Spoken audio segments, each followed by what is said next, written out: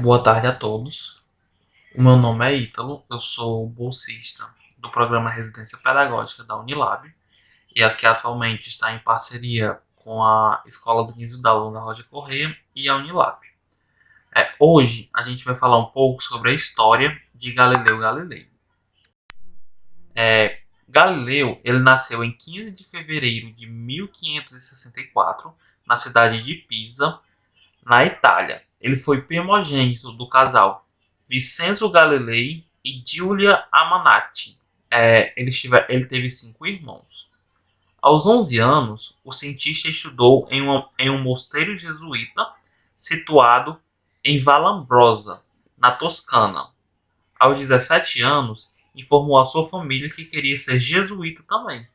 Porém, o pai dele não aprovou essa ideia, retirando-o da escola.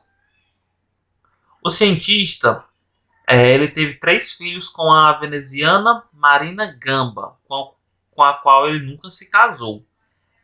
As suas 2 filhas elas se tornaram freira e o filho dele se tornou músico. Em 1583, Galileu entrou na Universidade de Pisa para cursar medicina, mas ele não concluiu o curso. Alguns estudos indicam que ele teve problemas financeiros e por isso deixou a faculdade em 1585. No entanto, outros apontam que deixou a medicina porque nunca foi o seu desejo de se formar na carreira, mas sim o desejo do pai dele. Fato é que Galileu trouxe importantes contribuições para essa e tantas outras áreas. Depois dele sair da universidade, ele continuou seus estudos, especialmente nas áreas de matemática e física. Durante 2 décadas, pesquisou sobre os princípios da hidrostática, o que lhe rendeu fama na época. De 1589 a 1592, ele teve um cargo na Universidade de Pisa. Nos anos seguintes, ele ministrou aulas de geometria mecânica e astronomia na Universidade de Pádua. Permaneceu na instituição durante 18 anos, alcançando ainda mais fama e seguidores. Embora ele fosse muito religioso, o cientista foi acusado de heresia pela Igreja Católica, por tornar públicas suas crenças e estudos e teorias. Pouco antes de morrer, ele estava quase cego. Estudos sinalizam que ele ficou assim por observar as manchas solares sem proteção. Galileu ele morreu no dia 8 de janeiro de 1642 em Arcertre, que é localizada na Itália. As obras de Galileu foram as seguintes. Galileu ele é considerado o pai da ciência moderna, ou também chamado de Renascimento Científico, período entre 1500 e 1700, tido como a era de transição entre a crença religiosa e a razão científica. O cientista ele foi pioneiro na arte de criar e desenvolver teorias acerca do funcionamento do universo que ajudaram nos ramos da física e da astronomia. Ele realizou vários estudos importantes no ramo da mecânica, como por exemplo, o movimento pendular e o movimento uniformemente acelerado.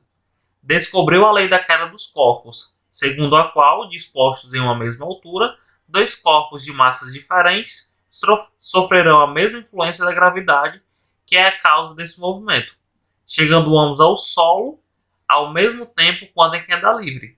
Claro, isso sem a resistência do ar. Além de Galileu ter criado o telescópio aprimorado, Galileu inventou um termômetro de água e um instrumento para medir a pulsação das pessoas. Esse instrumento ele é denominado pulsilógio. O italiano ele escreveu vários livros nos quais relata as suas ideias. Entre as obras de renome estão As Operações da Bússola Geométrica e Militar, que está à esquerda, O Mensageiro das Estrelas, à direita, o diálogo entre os 2 principais sistemas mundiais e 2 novas ciências.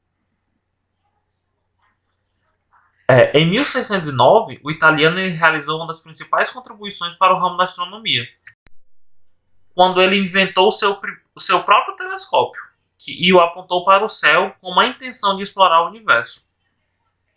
telescópio, denominado por Galileu de Perspicillium, foi um instrumento revolucionário à época, especialmente para a ciência por ter contribuído significativamente para aprimorar a capacidade de observação do olho humano. Galileu ele criou o telescópio em 1609 para observar o universo. Com o aparelho em mãos, o cientista descobriu 4 das 69 satélites de Júpiter: Io, Callisto, Ganymedes e Europa, os quais ganharam o nome de luas de Galileu. Galileu descobriu também, ao usar o seu telescópio, manchas solares e que Vênus tinha fases como a Lua. Provou ainda que a Terra girava em torno do Sol, o que refutava a doutrina aristotélica, vigente segundo a qual o nosso planeta era o centro do universo, que isso é também chamado de geocentrismo. Ao realizar tais constatações, Galileu comprovou a teoria heliocêntrica de Nicolau de Copérnico, segundo a qual a Terra e os planetas giravam em torno do Sol. Contudo, na época, a Igreja Católica apoiava o modelo geocêntrico do Sistema Solar. O Sol e o resto dos planetas é que giravam em torno de uma Terra central e não móvel. Por esse motivo, a teoria de Galileu foi considerada uma afronta à Igreja. Em 1613, por meio de uma carta direcionada a um aluno, o italiano explicou que a teoria copernicana não contradizia as passagens da Bíblia.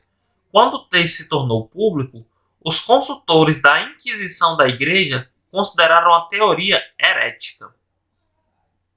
Durante 7 anos, o cientista não pôde defender a teoria na qual acreditava. Assim, segundo registros, ele obedeceu à Igreja para evitar maiores complicações e porque era muito católico. Em 1632, Galileu publicou o Diálogo sobre os dois principais sistemas mundiais que comprovava a teoria heliocêntrica. Com isso, o italiano foi convocado a Roma para ser julgado. Seu processo de inquisição durou de setembro de 1632 a julho de 1633. Cansado de passar por esse processo, o cientista foi ameaçado de tortura e teve de declarar que a teoria de Copérnico era apenas uma hipótese.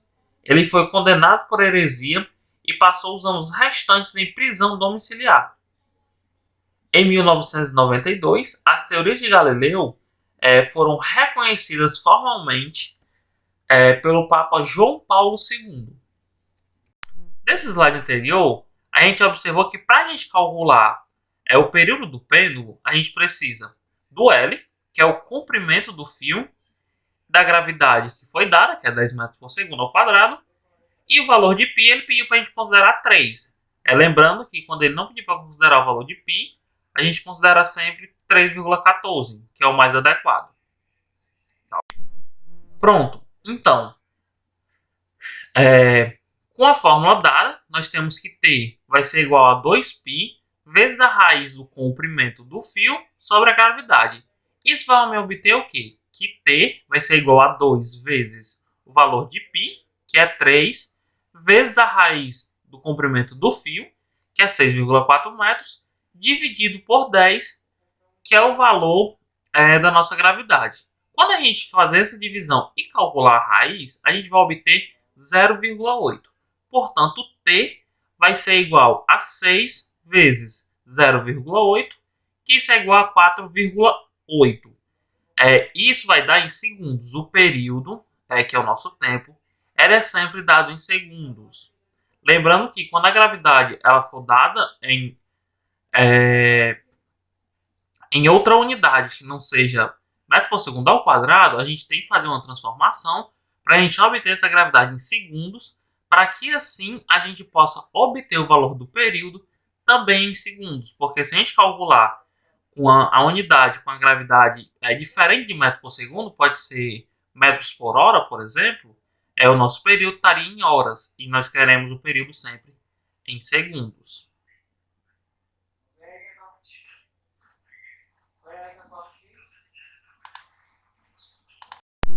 Então, gente, era isso. Muito obrigado pela atenção de vocês.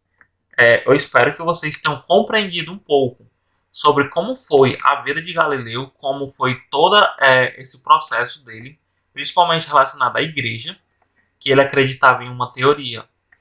E ele teve que passar a desmentir aquilo que ele acreditava, por questão que ele poderia ser torturado, mas que no final, né, deu tudo certo. Então, novamente, muito obrigado pela atenção e eu espero que vocês estejam todos bem.